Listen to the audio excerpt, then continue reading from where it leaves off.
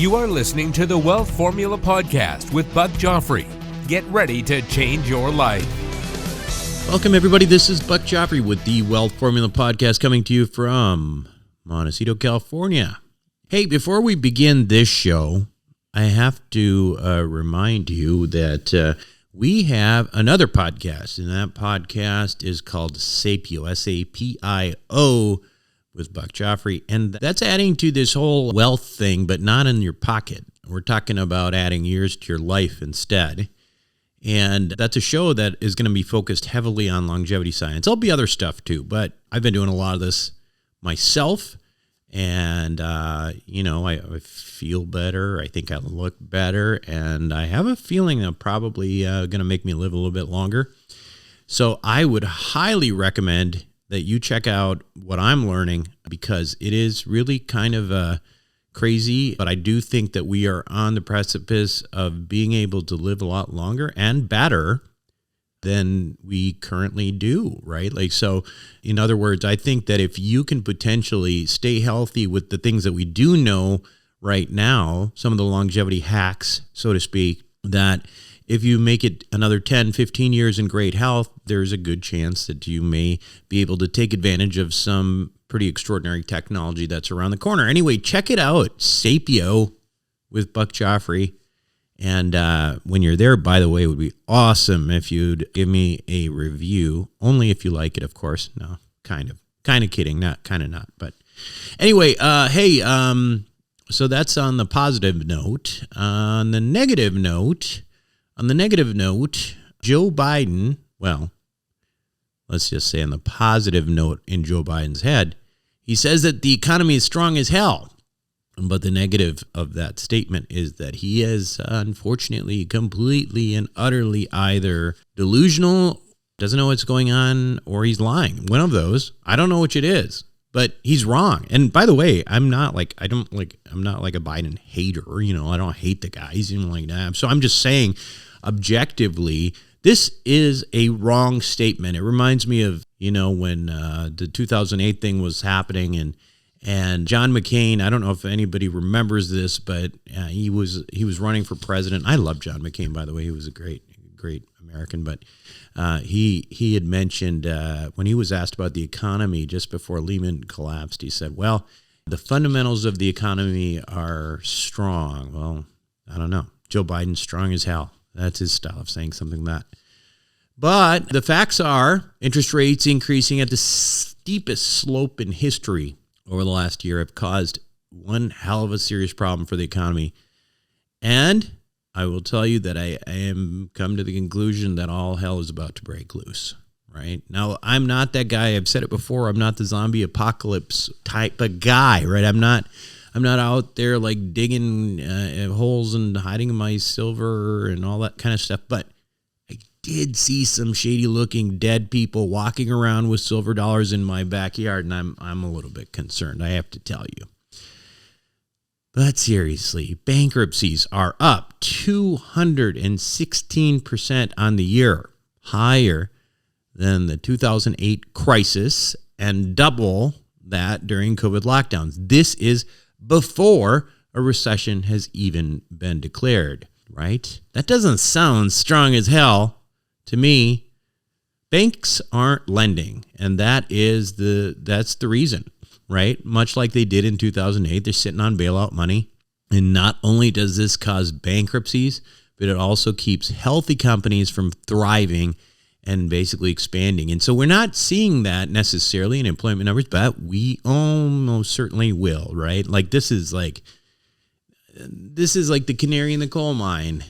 The Federal Reserve, in my view, has completely screwed us by the way this handled. They didn't raise rates when they should have early on, when it was clear that inflation was ramping up. They printed tons of money, and then they just hit us with these crazy rate increases.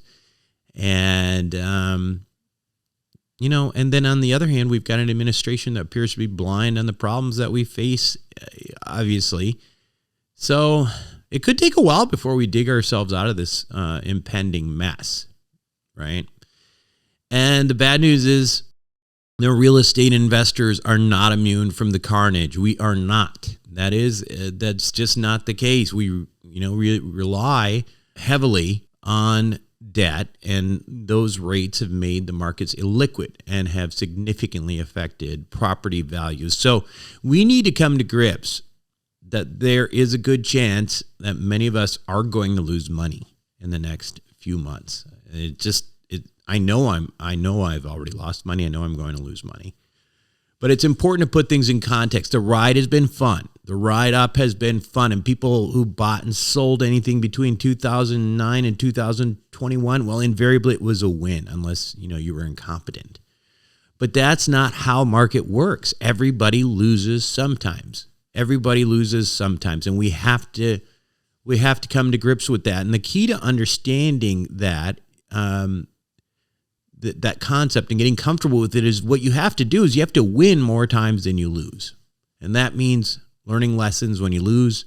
And it also means not giving up, right? If you have a thesis and you believe in it, don't give up just because you got hit, during this mess, because it's going to happen again. And then you're going to ride up again and you're going to make a bunch of money and you're going to be smart about it. And you're going to hedge your risks sometimes, and you're going to be fine. You're going to be fine because you're smart and you're thinking about this stuff. Nothing that happens in this next year is going to kill you. So don't lose sleep over it. It's going to pass, but know it's coming because it is. It's a big, big mess. My guest on Wealth Formula podcast this week, she's written a great deal about sort of the psychology of investing. And that's why I thought would be appropriate given the carnage that I just described. She's talked about psychology of investing, especially as it relates to retirement and that kind of thing. So anyway, listen to this interview. Maybe it'll help you get, some perspective and help you navigate on the headwinds before us. And we will have that interview right after these messages. Welcome back to the show, everyone. Today, my guest on Wealth Formula podcast is Emily Guy Birkin. She is a Plutus Award-winning personal finance writer and author of The 5 Years Before You Retire and co-author of Stacked, your super serious guide to modern money management, as well as 3 other books on personal finance. Emily, welcome to Wealth Formula podcast. Thank you so much for having me. So, let's get into this, right? So the 5 years before you retire. First of all, why the 5 years? What are you talking about there? So 5 years is kind of what I think of as go time before retirement. Yeah. When you are younger, in your 30s and 40s, retirement seems like this faraway country that you'll never actually reach, so it can be hard to prioritize. Yeah. Even once you get 10 years out, that is often when a lot of people have a lot of competing needs for their finances. They've got kids in college or getting married, they have elderly parents. But in that 5 years before you retire, that's when it's a coming. And what do I need to get my ducks in a row? And even if you've been diligently saving the entire time, even if you feel like you've got a great handle on what you need to do for your nest egg, there's still that question of okay, well, I've been accumulating assets. How do I access them in retirement? What am I going to do about health insurance when I'm retired? Wait a minute. What do I need to worry about with taxes? So it kind of gets to all of those logistical little issues that come up that you are not necessarily spending your time thinking about when you're in the accumulation and career phase of your life, but then suddenly kind of loom large and can be overwhelming once you're in that kind of 5 years before you retire. Yeah. How does self-awareness about your relationship with money help determine, what you might call a retirement plan? Mm-hmm. So the way that I look at money can sound kind of woo-woo for people who are very much okay, red ink, black ink, dollars and cents, I can do this. But the thing about money is that it doesn't actually exist in nature. We made it up. And so because we made it up, we project our own feelings onto it. So that could be, whatever you learned in childhood about money. If your parents struggled, and so you think of money as safety because you felt unsafe as a child, or if you had parents who gave you everything, then that could affect the way that you see money because you see that as a way of showing love. So I think that it is very important for us to really think through and unpack our beliefs about money, because oftentimes they are going to be in there so deep we don't even know they're there. And that's partially because we don't talk about money in our society. So one of my favorite stories about my mom, because we form these beliefs in childhood. And we form lots of beliefs in childhood, but most of them we get disabused. So my mom, when she was a very, very little girl, thought that doctors weren't allowed to get sick or else they'd go to jail. And I'd be serving a life sentence by now for that. Exactly. Yeah, maybe I am. And that was, and when I say little girl, I think she was like 4 at the time. And it was made logical sense to a 4-year-old. And because we do talk, about doctors, we talk about illness, we talk about jail, she wasn't much older before someone told her, no, honey, that's not correct. But when you form a view of money when you're about 4 years old and we don't talk about it, it stays there because no one says, no, honey, you don't need to give things that cost money to show that you love someone. We don't say that because, and so we just continue to build on that. So when we have these deep-seated beliefs, they can cause us to have reactions to money that are disproportionate to what the actual input is, or could cause us to make disordered money choices that are not going to get us closer to our goals, and we'll be frustrated and angry and not even know why. Because we just have this immediate reaction like, no, can't do that. Or no, I have to do that. And not even necessarily realize why. And once we kind of take the time to separate out, like, what is this belief that I'm following? Does it actually fit with my goals? Does it make me feel good as a parent, as a doctor, as a spouse, whatever the most important role in your life is? Then you can start saying like, okay, I don't need to follow that belief and I can make this choice instead. And that'll lead to, better outcome with my financial goals. I'll feel happier. I'll feel better. And that I think is something that we just don't do enough of. So how does that relate to this, you're 45 years old and, maybe you haven't thought of this thing called retirement. And so how does that affect that? Well, one of the things I think happens is we get so focused on, I want to solve this problem like it's an algebra equation. So, how much do I need to retire? And I've determined that I need $7 million to retire. And oh my goodness, right now I only have 3 million and I'm not going to make it. And like, I will have failed. So the issue is you are focusing on the wrong aspect of the equation, because like that's just a number that doesn't actually tell you what your retirement is going to look like or if it's going to meet your needs. So I like to suggest to people, instead of thinking through like, okay, how much money do you need each year to all of this, blah, blah, blah, blah, blah. Start with, what does an ideal day in retirement look like for you? What does an ideal week, an ideal month, an ideal year? And by going through that and thinking through like, okay, an ideal day, when do I wake up? What do I have for breakfast? What do I do that day? Who am I spending time with? What is the weather like? Where am I? And then going through that with a week, a month, and a year can help you figure out what is it that you need to feel good in retirement. What are the things that are going to make you feel satisfied and content in retirement? And then you can work backwards from there of like, well, how can I get that with the nest egg I have? Or what am I missing in what I'm planning financially that I might need that is not necessarily going to be like another $4 million in my nest egg? It might just be like, oh, okay, I just need to make sure I have enough to be able to travel to the seaside every year, or, visit with my grandchildren, or whatever that is. So if you start from a place of knowing yourself and knowing what is most important to you, you can kind of let go of the financial side of it, and just recognize you need to find a way to make your money work for your vision rather than have your entire vision taken up with the amount of money you have. Yeah, I think that the challenge for me sometimes is when I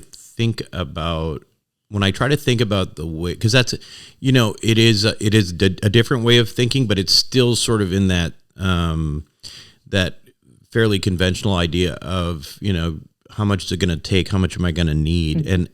And I think that that's fine, but I think that the challenge for me when I think about that is I think you kind of alluded to sort of the algebraic part of this, mm-hmm. and even if you determine what those needs are and what you want, I think it's very challenging to use the financial advisors often talk about buckets, and this one's going to grow at this, and this one's going to grow mm-hmm. at that. So I think there's two parts of it, right? Like, yeah, in order to achieve this certain kind of life, you may need these kinds of resources. Obviously, you're going to need to put some kind of number in there for inflation, mm-hmm, and it may not be 2% like it's been for a while. But on the other hand, the question of like, how you get there and what are the tools to get there. Is your message more about the former or the latter? I think my message is more about kind of letting go of any sense of there being a right way to do things, mm-hmm. Because that is often how it is framed in both financial media and when you meet with a financial advisor. Sure. So, and some of that is because a lot of financial media is it's just entertainment. You like people call in to get yelled at by a financial guru, yeah. And we all listen in because it's kind of funny, and there's a little bit of Schadenfreude. I'm like, okay, at least I'm not doing that badly. But that gives this idea that there's a right way to do it, and if you get it wrong, everything will fall apart. And so you get that with like financial advisors saying, like, okay, well, you have these different buckets and you do it this way and do it this way. People kind of get like, oh gosh, well, I'm not sure if I'm doing it right. Or like, yeah. Oh, did I choose the right buckets, or did I choose the right investments? Are my asset allocation optimal because it took a downturn last year? Should I move it? Should I do this? Should I leave it? And so I want people to kind of let go of some of the stress that they feel about money, which I know that's a tall order. It's just like, don't stress about money. It's like telling someone, don't panic. It doesn't really help. I think a lot of people, I don't remember statistics on this, but like, the number of people who are afraid of running out of money before they die, mm-hmm. more than they're afraid of death is significant. Mm-hmm. So I think, and particularly these days, I mean, we don't live in a world where there's, the same type of setup as it used to be, where, Social Security is going to, or your pension, not Social Security, but your pension plan, mm-hmm. from working in the factory for 50 years, and it's going to take care of you, and, you only live for 5 years after you retire anyway, and everybody's mm-hmm. happy. The company's happy. You're dead. You got taken care of for 5 years, and all so on and so forth. So I think that's the challenge. So from a psychological standpoint, it's a tall order. But tell us more how you would suggest doing that. Mm-hmm. So the first thing I think is helpful is this kind of embracing a bit of financial nihilism. And that is, so some of my beliefs about money stem from a very odd place. And that is, there was a graphic novel by Art Spiegelman called Mouse. And it was a comic book that's kind of semi-biographical about his father living through the Holocaust. And one of the things, so his father was incredibly good with money. He was the kind of person who could, meet a person and make a handshake deal and all of a sudden have, have all these ways of making money. And he managed to continue doing that even once he and his wife were put in the ghetto and their money and their property was taken away. He managed to find things that he could trade for to be able to sell, to still make money, to take care of his wife and his child. And then once he went into the concentration camp, same thing. Even though there was no money in the concentration camp, he figured out ways to wheel and deal to get better treatment for himself and his wife, to get a little more food and those sorts of things. What that taught me was that there is nothing stopping the universe, the world, people with pitchforks coming and taking everything away from me. They cannot take away my skills.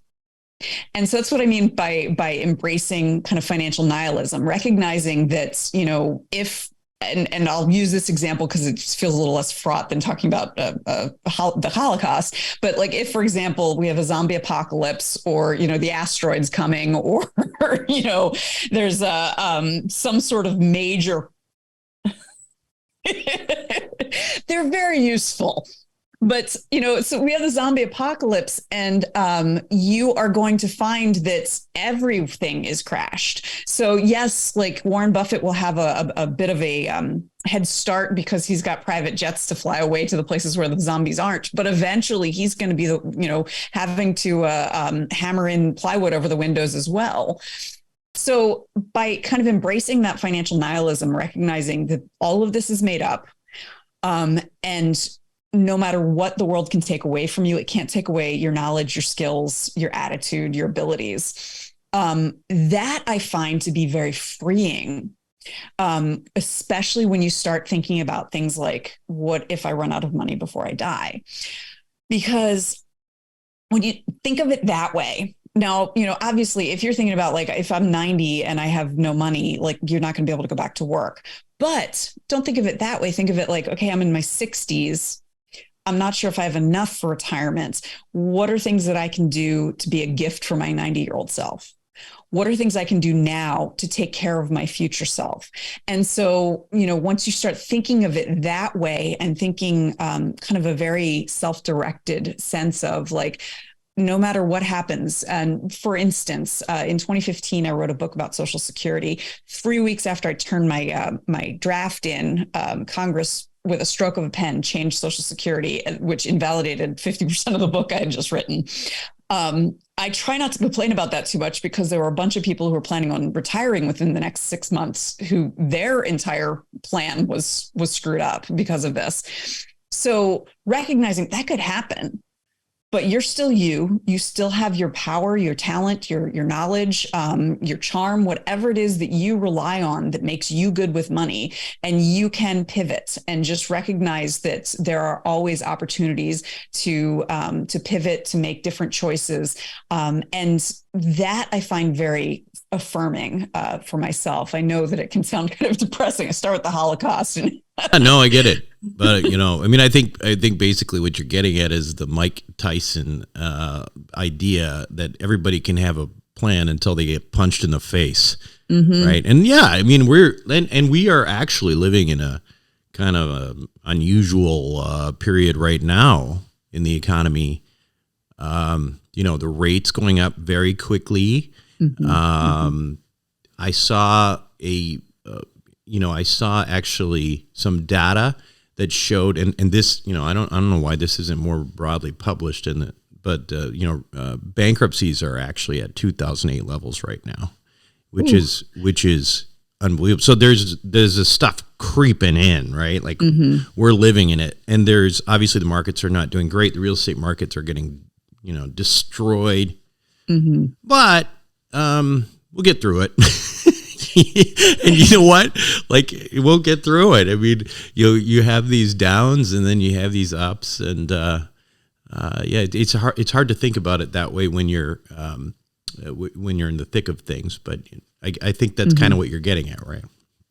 Yeah, there's the idea of this too shall pass. Yeah. which I think is really important for investors to remember, no matter what's happening. When things are going gangbusters, remember this too shall pass. And when you are feeling like down in the dumps because the market has just taken a dive, this too shall pass. And that's, I think, what happens often with money is that people want there to be a kind of stability of answers that there cannot be.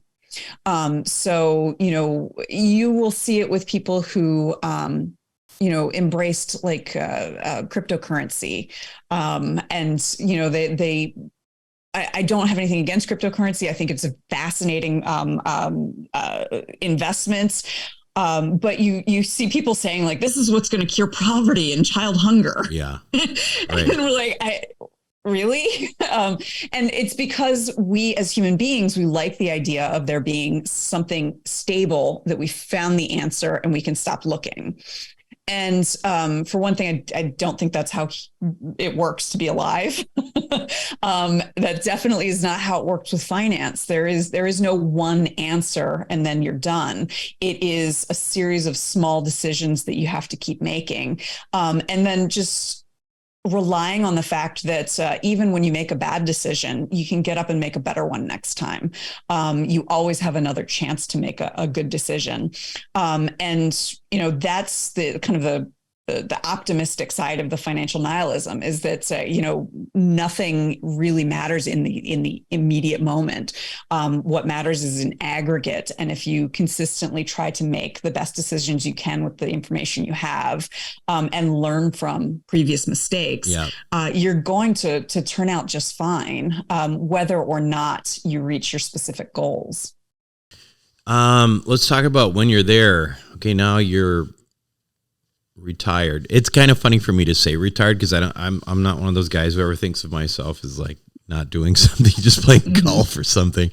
But I know some people do look at things that way. And so once you're retired and say you're no longer working for the income and you are in that place, and luckily your buckets were balanced just properly and your plan came to fruition, how does your mindset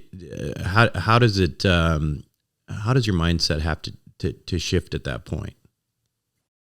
One of the things that can be really tough is for people to feel comfortable actually spending the money that they spent all this time accumulating. There is the sense of, the fear of like, okay, well, what if I take money out of the market at the wrong time? And, so there is that aspect of it. There is also, depending on how you retire, there is the kind of loss of self aspect of it as well. If you've been doing the same thing for, 30, 40 years and all of a sudden you're not, that can also be a very difficult mindset shift because you are no longer defined by your career, which many of us are in America. And so I think what is very helpful is to do what you can prior to retirement to kind of invite retirement into your life before you get there. And that's partially because we have this tendency, we want things to be very black and white, like we're working and boom, we're retired.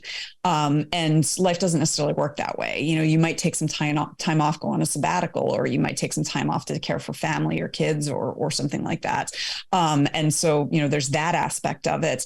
And then there's also just the fact that, if you go like work, finish line, boom, retired, you're going to, maybe have a good few weeks or months and then go, okay, now what?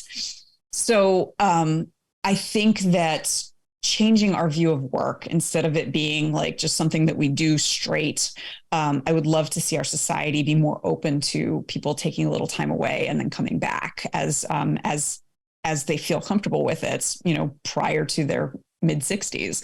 But I'd also like to see people who are looking towards retirement finding ways to kind of invite retirement into their lives. And so that could mean anything from taking an extended break where they can, 2 or 3 weeks. I mean, that's not super long if you're in Europe, but in America, that's a long time away from work, to go check out a place that you might want to retire to.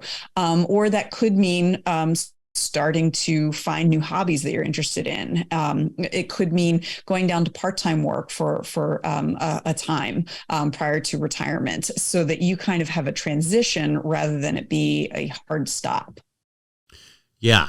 I think these are, these are all, I guess, questions I think that everybody kind of starts to need to think about a little bit earlier than they do, right? I mean, bottom line is, the other thing is, I don't think it's psychologically good for people to go from like doing a lot to nothing, right? Like, I think that's a real problem. And I've seen it before where, people are super happy at work and then they think they just need to retire. And then, boy, they just completely realize that, you know what, the camaraderie that they had at work and the friends and the routine that they had is all gone. And is it really better to be doing nothing every day? Well, if you think about it ahead of time, maybe you'll have some plans on how you're going to actually fill that time as well, right?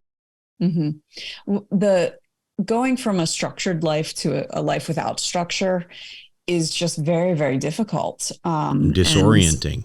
Right. Yes. And so, and it's something where if you haven't thought about it before, it can be hard to realize that that's going to be facing you and that's going to be problematic. Right. Well, anyway, so the book, again, is The 5 Years Before You Retire, Retirement Planning When You Need It the Most. Emily, thanks so much for being on Wealth Formula Podcast today. Thank you for having me. Be right back. Welcome back to the show, everyone. Hope you enjoyed it. Kind of a downer, right? But again, you have to take everything that's happening now into a bigger context.